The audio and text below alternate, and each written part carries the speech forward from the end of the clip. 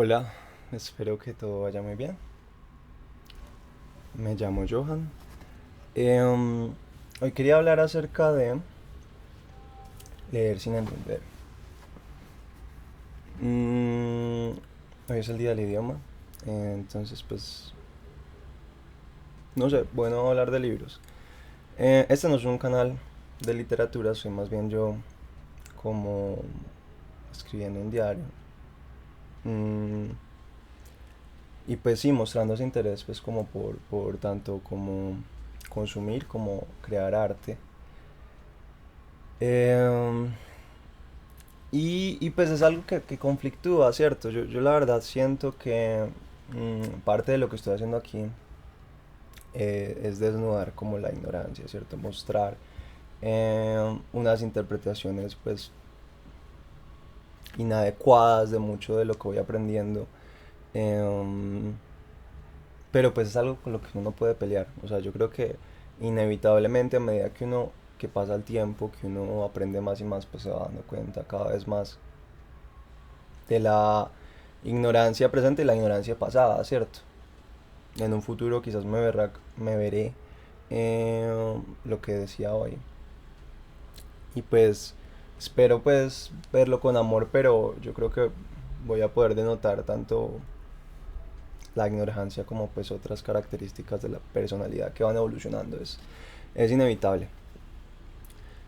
A mí me obligaron a leer bastante de pequeño. Y eso genera una desconexión con la lectura por ratos y otras veces pues mucho disfrute, ¿cierto? Quizás no habría sido mi primera lección estando pequeño, pero pues tener que leer como que me hizo leer. Y a pesar de que leí sin entender muchas cosas, es un ejercicio cognitivo que yo creo que ha sido valioso, ¿cierto? Mm, Pensaba en leer sin entender porque escuchaba a Carolina Sanín en ella publica algunos videos pues de sus grupos de lectura o cursos más bien sobre libros. Hablaba sobre Cien años de soledad, em, y contaba pues cómo Aureliano segundo leía una enciclopedia en inglés que no entendía e iba creando como a partir de ahí, ¿cierto? Pues mucha de la lectura que uno tenga, sea en otro idioma o no, uno no la va a comprender, ¿cierto? En muchos casos porque uno no tiene la madurez o el conocimiento para comprenderlo, no tiene las herramientas. Am, Ella un poco lo que decía pues es que tanto es valioso porque permite construir las herramientas, ¿cierto? Como también porque es un ejercicio creador de uno mismo. ¿Cierto? Entonces Aureliano ve las imágenes, ve las letras, trata de crear historias imaginadas, es un autor de esa enciclopedia, un segundo autor. Uno es lo mismo pues cuando trata de interpretar cualquier texto, yo pensaría. Entonces pues defender el leer sin entender me parece muy liberador, pues principalmente es muy liberador. Porque pues entender quizás no va a ser la función última de la lectura, o sea, la lectura antes que nada, pues no debe ser nada, ¿cierto? Pero para mí debería ser un placer, ¿cierto? El hecho de leer no debería estar fundamentado en el deseo de haber leído tal o cual, sino disfrutar la acción, pues una acción como de contemplación. Obviamente, pues existe mucha lectura de búsqueda de conocimiento, o sea, casi toda la lectura que yo hice durante mi estancia en la universidad fue de ese tipo, o sea, es una lectura rápida de buscar información y es lo que obliga un poco pues ese contexto académico, pero recuerdo mucho hace añísimos en el colegio una lectura un texto para un examen que hablaba como de la diferencia entre leer rápido y leer despacio. Y decía que leyendo rápido pues sí entendía uno las cosas, pero que leyendo lento las disfrutaba más. Y se ha quedado conmigo y no siempre leo lento, pero pues el deseo es leer lento.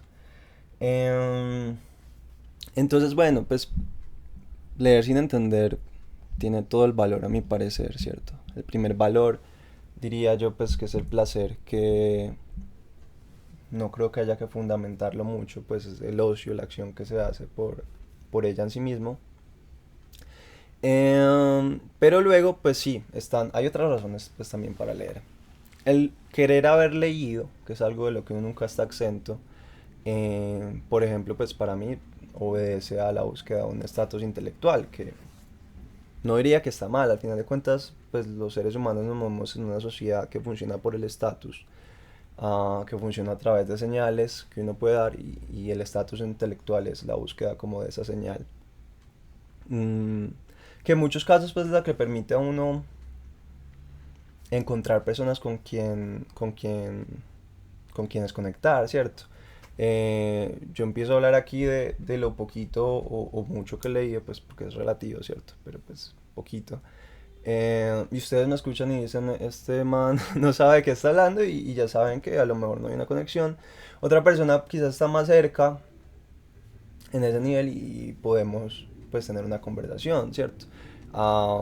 Es una señal, pero obviamente pues cualquier búsqueda de estatus pues se fundamenta a mi parecer mucho en la vanidad. Em, Otra cosa que pasa con la lectura es que es un privilegio enorme, o sea, el tiempo, qué privilegio tan increíble, o sea, uno poder sentarse y decir como que voy a dedicarme 3 horas, 2 horas a leer esto, pues es una maravilla. Tener la energía y la disposición para dedicar esa cantidad de tiempo a leer un libro. Además, pues el acceso a los libros quizás am, no es tan complejo porque pues hay bibliotecas públicas, pero pues de todas formas, pues sí, también acceder a muchos libros que no estén tan disponibles es un privilegio grande, ¿cierto? Me parece como uno de los ejercicios de la riqueza en cuanto a tiempo y pues también obviamente una riqueza monetaria que es la que permite que uno tenga tiempo ya en la vida adulta. Mm, pues no una riqueza en términos absolutos, pero una riqueza relativa en el sentido de que están cubiertas las necesidades básicas, pues me parece un ejercicio de riqueza bonito, o sea, no me parece tan grotesco como muchos otros, ¿cierto?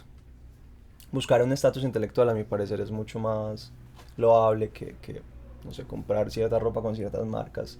Pues me parece un poco más vacío y sí, a veces un poco grotesco porque muchas veces viene como relacionado pues a un arribismo o a o pues un impacto grande social. Pero bueno, yo les cuento que a pesar de que yo siento pues que leo mucho sin entender, hay cosas que creo entender. La manera en la que creo que las entiendo es a través de encontrar semejanzas entre textos. Em, entonces aquí quiero compartirles varios textos que tengo y sí, y pues un poquito lo que busco y ya ustedes me dirán si tiene sentido, si estoy hablando mucha paja. Es como encontrar esas relaciones intertextuales, o sea, como que hasta el momento la comprensión o el sentido crítico que yo ya he podido tener ha sido eso, pues identificar un poco lo que hay en un texto y en el otro. Al final de cuentas, pues las ideas ganan su valor cuando se ponen en conversación, ¿cierto? Cuando uno puede convenir ciertas cosas. Entonces, por ejemplo, aquí tenía algo que quizás ya no es el momento para contarlo, pero que se relaciona mucho como al placer de entender, ¿cierto? Hay un placer de leer que viene de la música, de las palabras, ¿cierto? Pero hay otro placer que también viene de empezar a juntar ese rompecabezas, ¿cierto? Entonces, por ejemplo, pues yo aquí no sé si podría decir que esto es comprensión de nada, pero hay algo muy bello que me encontré en este libro que se llama Viaje a pie, de Fernando González. Hace un par de semanas leí la primera página. Ahora me voy a pasar a la tercera, que dice...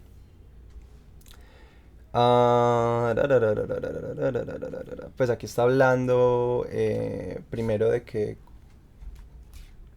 Fernando González y Don Benjamín son filósofos aficionados, que la filosofía es un arte o una búsqueda muy modesta, que el oficio pues del filósofo es un oficio modesto de identificar y y de admitir lo que uno no conoce. Y empieza pues a relatar el viaje. Y en medio de todo eso viene y saca esto, dice: como según Aristóteles, conste que apenas hemos oído hablar de él, definir es obra genial. Desde que dimos a luz esa definición, nos hemos apellidado aficionados a la metafísica. Entonces aquí hay un tema: definir es obra genial, ¿cierto? A mí me puso muy feliz leer esto, o sea, crear una definición. Porque pues tengo este otro libro que no es plenamente de Aristóteles, se llama El artista frente al mundo, la mimesis en las artes plásticas. Y como que pues sí pasan por varios filósofos. En medio de eso hay un capítulo dedicado a Aristóteles y está hablando, la mimesis es la imitación, ¿cierto? Y está hablando pues de lo que para Aristóteles era la imitación y el aprendizaje, muy relacionado pues a lo que uno pueda pensar de las artes, pero también como de la experiencia de la belleza, ¿cierto? Entonces, dice Aristóteles en la retórica que en la imitación se da un razonamiento de esto es aquello, en virtud de lo cual aprendemos y sentimos placer. O sea, yo en esta frase pequeña veo pues lo mismo que acá. O sea, dar una definición, decir esto es aquello, genera un placer. Ellos dicen que definir es obra genial, ¿cierto? Llegan a la definición, se vuelven aficionados a la metafísica, hay una experiencia de resonancia, de belleza. Me emocioné mucho hace un par de días que lo leí y que logré reconocer esto. O sea, entonces como que en sí mismo, yo no sé si era una posibilidad de placer que ya existía en mí y que es natural a todos los seres humanos. Yo pensaría que sí. Pero pues el solo hecho de ver aquí en este texto que la posibilidad de que exista el placer en entender algo, yo creo que le abre a uno la puerta, si no la tenía abierta ya antes, para poder disfrutar el entender ciertas cosas. También dice al final: en el reconocimiento ocurre siempre que se conoce más propiamente lo que fue posible en el momentáneo desconcierto del primer encuentro. El reconocer es captar lo permanente en lo fugitivo. O sea, vamos a ver si entendí, ¿cierto? El reconocimiento ocurre siempre que se conoce más propiamente lo que fue posible en el momentáneo desconcierto del primer encuentro. Yo aquí pues lo que entiendo cuando habla de reconocimiento, ¿cierto? Es cuando uno vuelve a la idea, ¿cierto? Esa experiencia de enfrentarse a algo que uno no entiende y después entenderlo. Pues era un poco como lo que tenía. Son dos fragmentos chiquiticos de estos libros. Eh, pero bueno, como que simplemente como apuntar esa experiencia pues que yo tuve, que fue bella y que pues es uno de mis ejemplos para hablar de por qué eh, me parece bonito leer sin entender. Eventualmente no, es un falso amigo gringo. En algún momento llega uno pues a entender ciertas cositas, o por lo menos tener la ilusión de entender o experimentar la identificación, y pues de ahí viene un placer que me parece muy bonito, ¿cierto? También.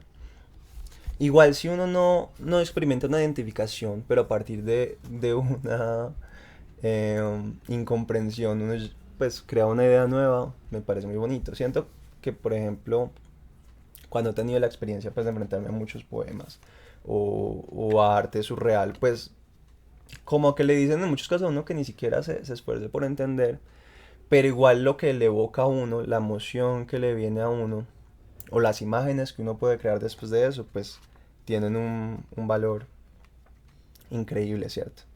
Ah, una de las cosas que me ha hecho a mí abrirme a eso, porque antes pues sí venía mucho una frustración de no poder entender muchas cosas, fue el prólogo de este libro que me regaló Elena, que es un texto de Franz Kafka, Historia de una lucha y contemplación. No lo he leído completo, me falta todavía la segunda parte, que es Descripción de una lucha. Pero en el prólogo, es un prólogo de Hermann Hesse, en el que él menciona como su impaciencia pues por las personas que le preguntan am, acerca de la comprensión de las obras, ¿cierto? Dice: entre las cartas que me escriben mis lectores, hay una determinada tipología que aumenta cada vez más y que observo como un síntoma de la creciente intelectualización del vínculo entre el lector y la obra. Diría yo que esto pues es la búsqueda de una comprensión crítica de las obras, ¿cierto? Estas cartas, procedentes casi siempre de lectores jóvenes, revelan un esfuerzo apasionado por las interpretaciones y las explicaciones. Sus autores plantean interminables cuestiones. Quieren saber por qué el autor ha elegido esa imagen, aquella palabra, qué ha querido o pretendido con su libro, cómo se le ha ocurrido elegir precisamente ese tema. Quieren que les explique cuál de mis libros me parece mejor, cuál es más querido, cuál expresa con más claridad mis ideas e intenciones, y empieza, ¿cierto? Todo lo que desean los estudiantes. Y dice, el asunto también tiene su aspecto negativo. Decir pedanterías y hablar por hablar sobre arte y literatura se ha convertido en un deporte y en un fin en sí mismos. Culpable. En esa ansiedad por dominarlos a través del análisis crítico se ha perdido buena parte de la capacidad para entregarse a la contemplación y a la escucha. Si nos concentramos, si nos contentamos con arrancar a un poema o a una narración su contenido en ideas, en tendencias, en elementos didácticos o instructivos, nos conformamos con poco y el secreto del arte, lo auténtico y esencial, se nos escapa. Entonces, le escribe Germán Hesse una carta al querido señor B, que suponemos que es un estudiante. Le dice lo siguiente. Los relatos de Kafka no son tratados sobre problemas religiosos, metafísicos o morales, son obras literarias. Quien esté capacitado para leer de verdad a un escritor sin hacerse preguntas, sin esperar resultados intelectuales o morales, sino sencillamente abierto a recibir lo que ofrece el escritor, esas obras le darán todas las respuestas que necesite. Kafka no tiene nada que decirnos como teólogo ni como filósofo, sino únicamente como escritor. Él no tiene la culpa de que sus obras sublimes se hayan puesto de moda y que las lean personas sin sensibilidad, incapaces de acercarse a la literatura. Kafka no ofrece respuestas a sus preguntas, nos ofrece los sueños y las visiones de su vida solitaria y difícil, las parábolas de sus experiencias, sus dificultades y alegrías. Son exclusivamente esos sueños y esas visiones lo que tenemos que buscar en él y extraer de él, y no las interpretaciones que los profundos analistas dan de sus obras. Ese afán de interpretar es un juego de la razón, un juego que a veces puede parecer muy brillante. El juego de quien puede manejar el intelecto pero es incapaz de entender el arte. El juego de alguien habituado a leer y escribir sobre escultura africana o música dodecafónica pero que nunca encuentra el camino hacia el interior de una obra de arte, porque está ante la puerta probando 100 llaves y no se da cuenta de que la puerta está abierta. Eso me parece muy lindo, y aún más que estos textos que son difíciles de entender, pero que generan sensaciones, pues me abrió eso, una puerta a la posibilidad de no entender, ¿cierto? Igual existe la posibilidad de releer. Entonces, o sea, yo sí deseo entender. Culpable, pues sí creo que en el pensamiento crítico hay cosas muy valiosas para uno. Pero qué bonito pues ejercitar esa sensibilidad de permitirse pues leer sin entender, crear a través como de esa incomprensión. Em, Eso es como lo principal que quería contar hoy. Entonces les voy a leer por puro, sí, como por seguir por esa línea, les voy a leer un fragmento de uno de los poemas que no he entendido mucho, que son de este texto que se llama, pues hay varios textos. El primero es Campamento de Cisnes, está Versos a Blog y Poesía Elegíaca de Marina Svietaeva. Cierto, tiene un prólogo que es muy interesante, pues que yo lo leí antes de empezar a leer la obra y que se ayuda a comprender muchas cosas que seguramente sin hacerlo no habría comprendido. Pero pues igual, son poemas que pues necesitan un contexto que es el de la época que ella vivió, ¿cierto? Previo a la Revolución de Octubre en Rusia. Y pues también después, obviamente, pero esos textos son, al menos los que he leído son de antes. Em, pues necesitan un contexto y en muchos casos pues es poesía. La poesía tiene esa cualidad de que no siempre se entiende y muchas de las imágenes que vienen sí evocan más pues lo sensible. Voy a buscar uno al azar, ah, y esperemos no entenderlo, ojalá no lo entendamos, ¿cierto? Un número del 1 al 120, perdón, hasta el 130. 83, 83.